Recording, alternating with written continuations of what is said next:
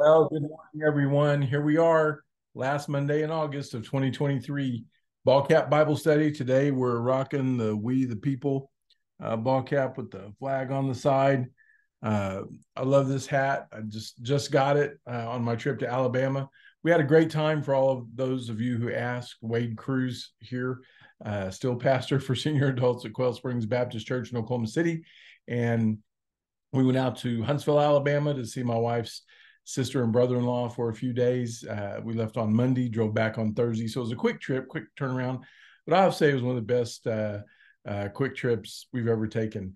Did some antiquing, and we got to see James Taylor in concert. He was so good. He still had the chops and knocked it out of the park. He sang everything except Mockingbird and Handyman. I think those were the only two. Might have been one more, but it was a great time.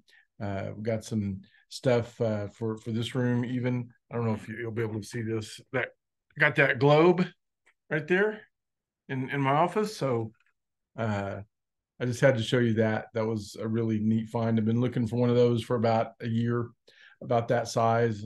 That's a floor globe. So anyway, let's get into the ball cap Bible study today. Uh, it's still hot out there, and I think with the Ten Commandments, God kind of turns up the heat on us. I mean, there's expectations that He has. There's, one of the reasons I'm wearing this hat today is because this nation is really founded on the principles of the Ten Commandments. You go to, they don't broadcast this, but you go to the National Archives in Washington D.C., where the Constitution is on display, where you actually see this as it's written, where the Declaration of Independence, where you see the Bill of Rights, all those kinds of things. On the floor in a brass plaque is a little depiction of the two tablets. It's supposed to be the Ten Commandments. I challenge you, if you ever get to go to Washington and go to the archives where those founding documents are on display, to look at that, to find that. It's on the floor, but it's about that big around brass plaque.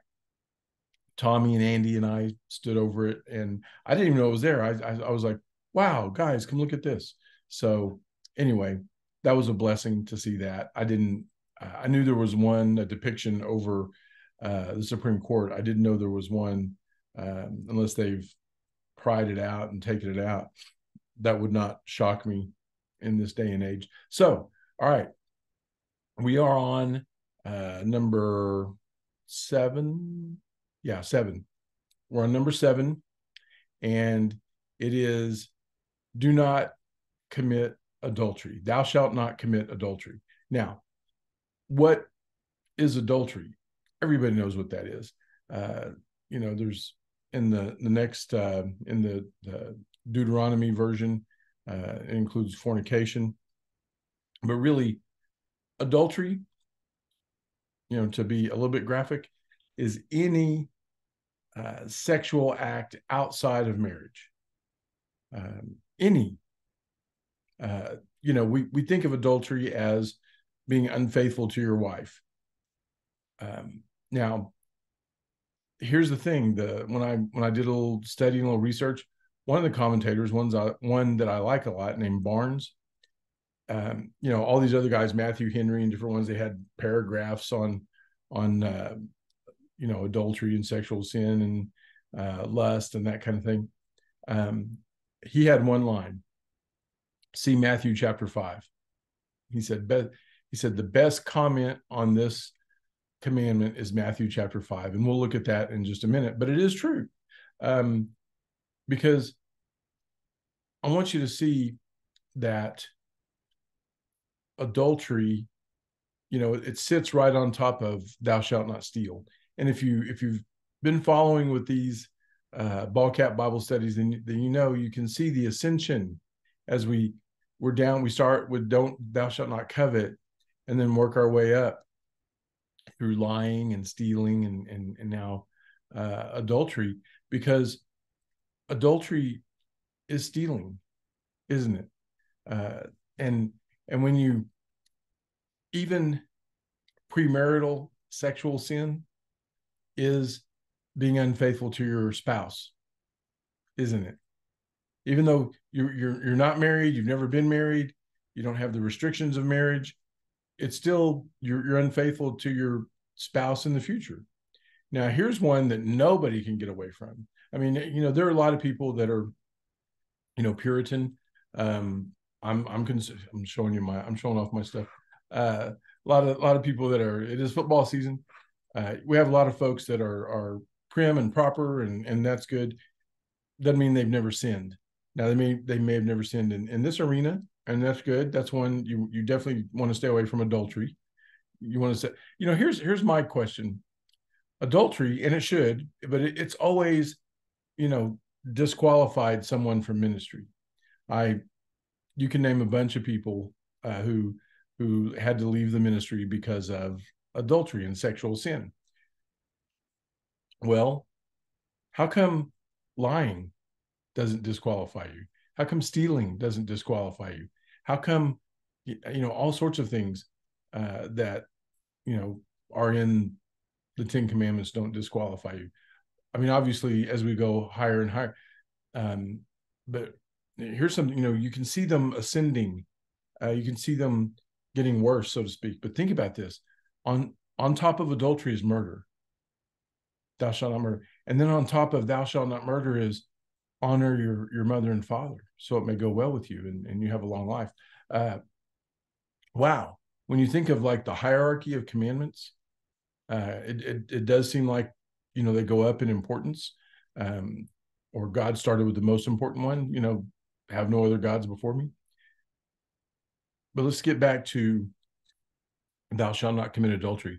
So since Barnes said the best comment on that would be from Matthew, here we go. Here's what Jesus said. Sermon on the Mount, we just went over that in our last series, but these verses. You have heard that it was said, do not commit adultery. And Jesus is saying that's good, but listen to what he takes it deeper.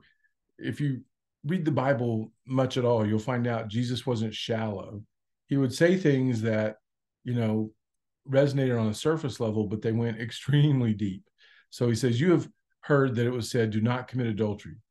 But I tell you, everyone who looks at a woman to lust for her has already committed adultery with her in his heart. Now, the old saying, it takes two to tango, but sexual sin is sexual sin. If your right eye causes you to sin, gouge it out and throw it away. For it is better that you lose one of the parts of your body than your whole body to be thrown into hell. And if your right hand causes you to sin, cut it off and throw it away. For it is better that you lose one of the parts of your body than for your whole body to go into hell. Now, we're not, there's some places in the Bible that you take literally, but I think what Jesus is saying is, what Paul said in Romans, for all have sinned and fallen, short of the glory of God. There's none righteous, not one.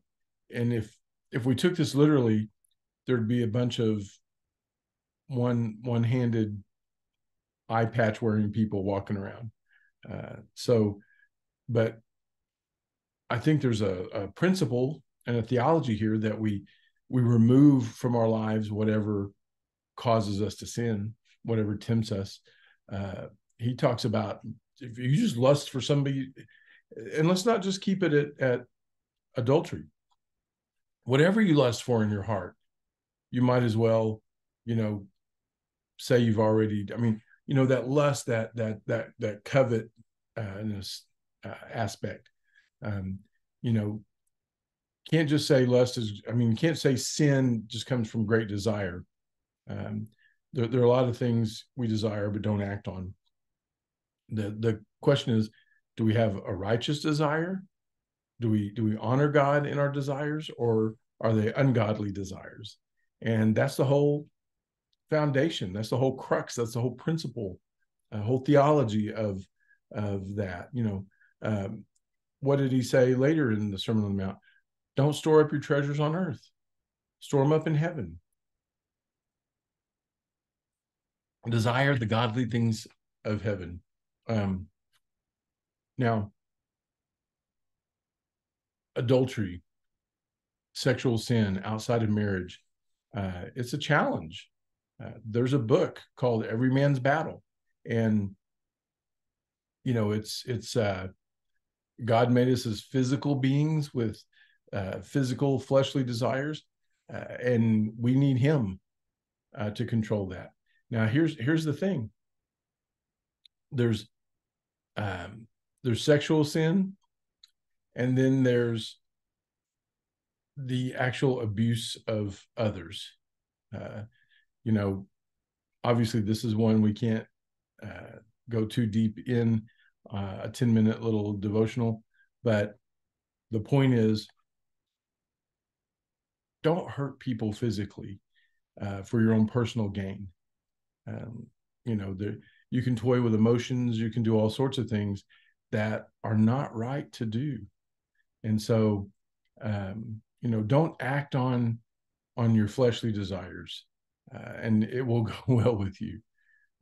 It's tough, and when we get to murder next week, it gets even deeper, because the thing with adultery, that can kill a relationship really fast, can it? Several even.